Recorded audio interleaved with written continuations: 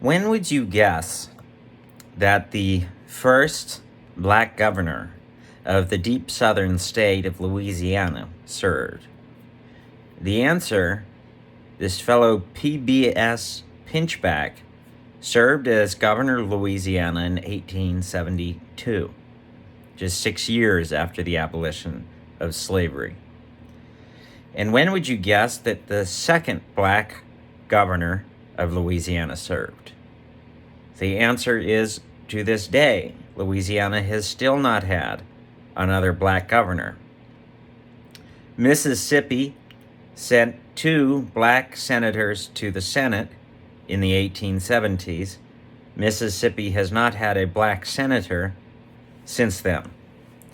These facts illustrate something important about the period we're going to be studying in this lecture and the next, the period known as Reconstruction. The late 1860s and 1870s saw a massive leap forward in political power and social status for black Americans in the South. And that massive leap forward was followed by an equally massive backlash, which ultimately led to the imposition of a system of white supremacy on the South. If you attended middle or high school in America, you no doubt learned about what the South was like in the mid-20th century, when Martin Luther King and other activists led protests against segregation and voting obstruction. The question we have to answer in this lecture, and the next one then, is how Mississippi got to the point of sending 2 black men to the Senate in 1870s, and how we got from there to Jim Crow and segregation. This lecture will focus on the first half of the question, how a series of measures led to former slaves gaining the full rights of citizenship for a time in the post-war period. The story of Reconstruction begins with one of the most famous tragedies of American history. A little more than a week after the end of the war, Lincoln attended a play at Ford's Theater in Washington, D.C. with his wife, Mary Todd. While he was watching the play, a man named John Wilkes Booth, a famous actor and a Southerner, came up behind him and shot him in the back of the head. Booth then leapt from the box to the stage, twisting his ankle on the way down, rather poetically, by catching it in the American flag bunting strung under the box. "Sic semper tyrannis," he cried, "thus always to tyrants," and limpingly ran from the theater where a horse was waiting for him. He would be caught and killed 12 days later, hiding out in a barn in Virginia. This left Lincoln's vice president in charge, a man named Andrew Jackson, who's from Andrew Johnson, forgive me, not to be confused with Andrew Jackson, from Andrew Jackson's home state of Tennessee, and oddly enough, a Democrat, although Lincoln was a Republican. And this is the man who would be in charge of making the initial decisions about how the recently conquered South and its free black population should be governed. As a Democrat and as a Southerner, Johnson was inclined to be lenient and sympathetic to the former Confederates in many respects. He essentially fast-tracked the process of admitting defeated states into the Union, or tried to. He would allow these states to write their own state constitutions. He would basically restore voting rights to everyone who seceded, except for the very wealthy, who would have to apply for a special loyalty oath. He would insist on the ratification of the 13th Amendment, but that was about it. His policy also included restoring to former Confederates land that had been confiscated and redistributed to freed slaves under the military order of General Sherman, which had been a policy that had been successful to an extent in the coastal area of South Carolina. The result is that most of these states adopted laws that were very nearly like slavery in all but name. These laws existed at the state level and at the local level, and they basically enforced harsh curfews and regulations on the movement of black people in such a way that black people were pressured to sign labor contracts on quite disadvantageous terms, often with their former slave owners. These are collectively called the Black Codes. And it's important not to confuse these Black Codes with the later period of Jim Crow, the kind of racial policies that Martin Luther King fought against.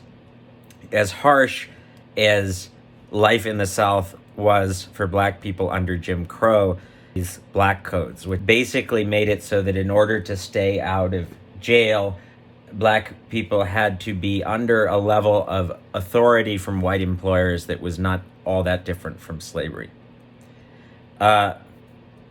So black people in the South were aggrieved by these conditions. They protested them. They organized protest meetings and submitted petitions to the federal government.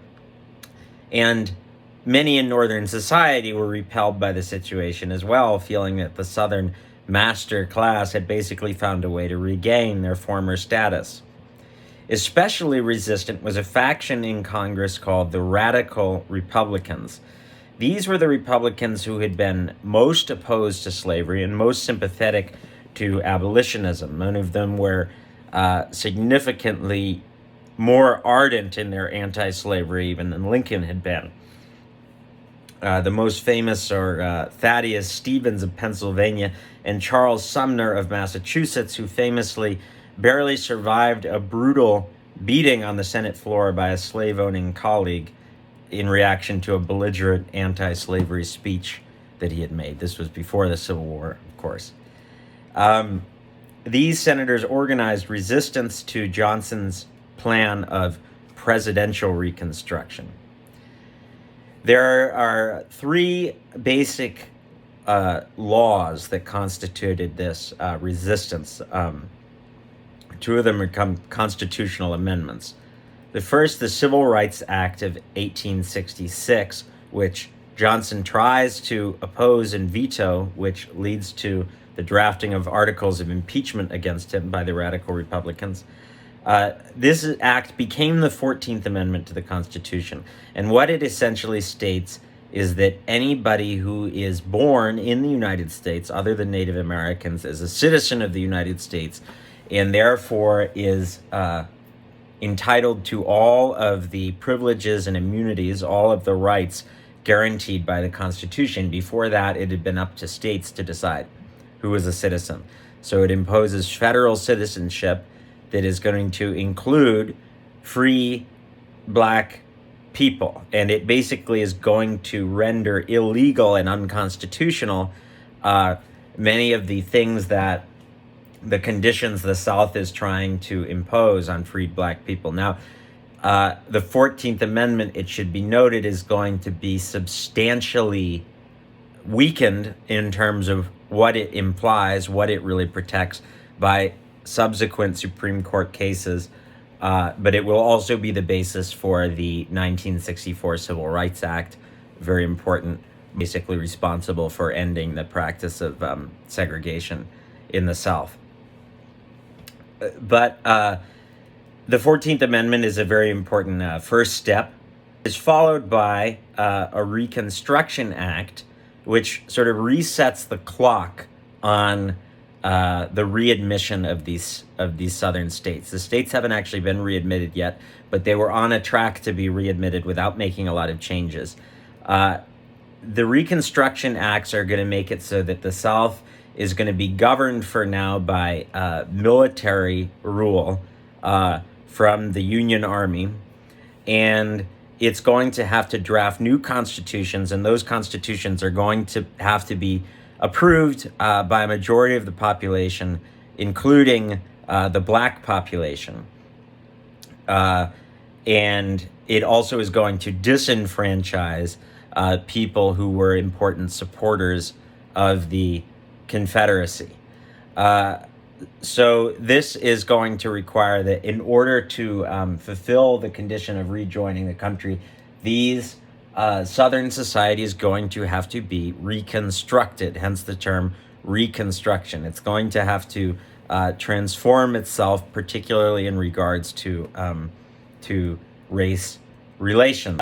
The 15th Amendment to the Constitution is going to guarantee voting rights to all males in the country. It's going to say you can't be deprived of voting rights on the basis of something like creed or color. Now that is enshrining in the Constitution a right that is already indicated in the Reconstruction Acts. It's also a source of controversy among some of the key supporters of abolitionism, who were women who were also suffragists, who wanted the right to vote for women. This is going to give the right to vote to men only, which bitterly disappoints a number of feminists who had been an important part of the coalition that opposed slavery and supported Reconstruction. And you're going to look at a source that tells you a little bit more about that conflict. So what was life like in the South during this period of so-called radical Reconstruction, the period of Reconstruction in which these measures are in place, are being defended by a military government imposed on the South, and in which the radical Republican faction is very strong in the government.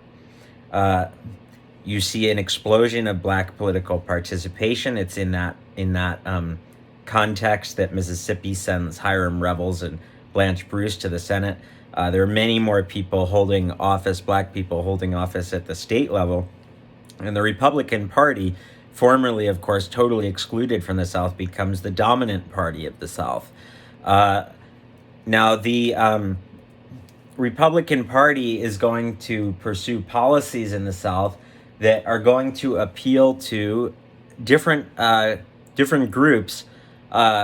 Basically, they favor making the South like the North, right? And that includes giving money for public schools, which the South never had, giving money for various kinds of public infrastructure, also giving money to entrepreneurs to build up modernized structures like railroads, which is going to provide a lot of economic opportunity for some people, for entrepreneurs that can take advantage of that opportunity.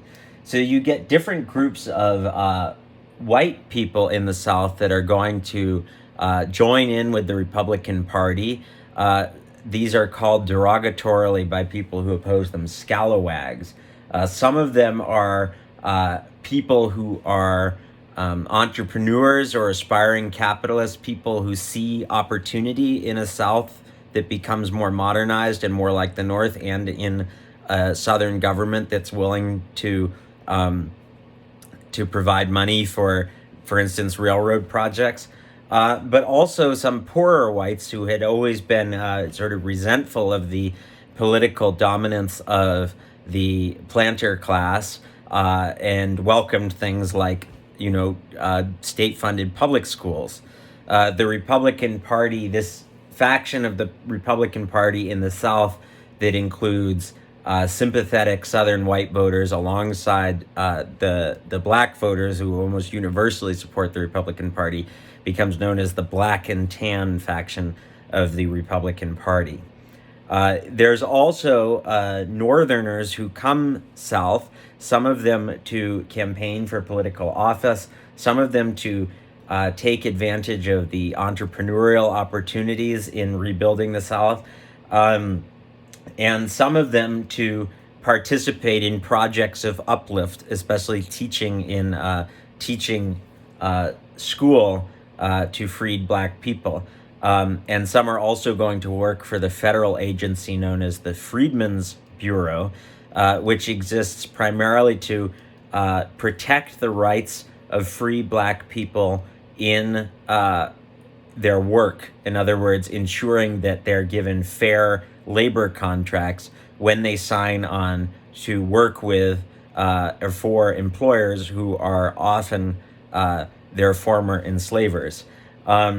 Those people who come south are going to be collectively called, again, derogatorily by those who oppose them, carpetbaggers. A carpet bag is a kind of cheap bag in which one might carry one's possessions.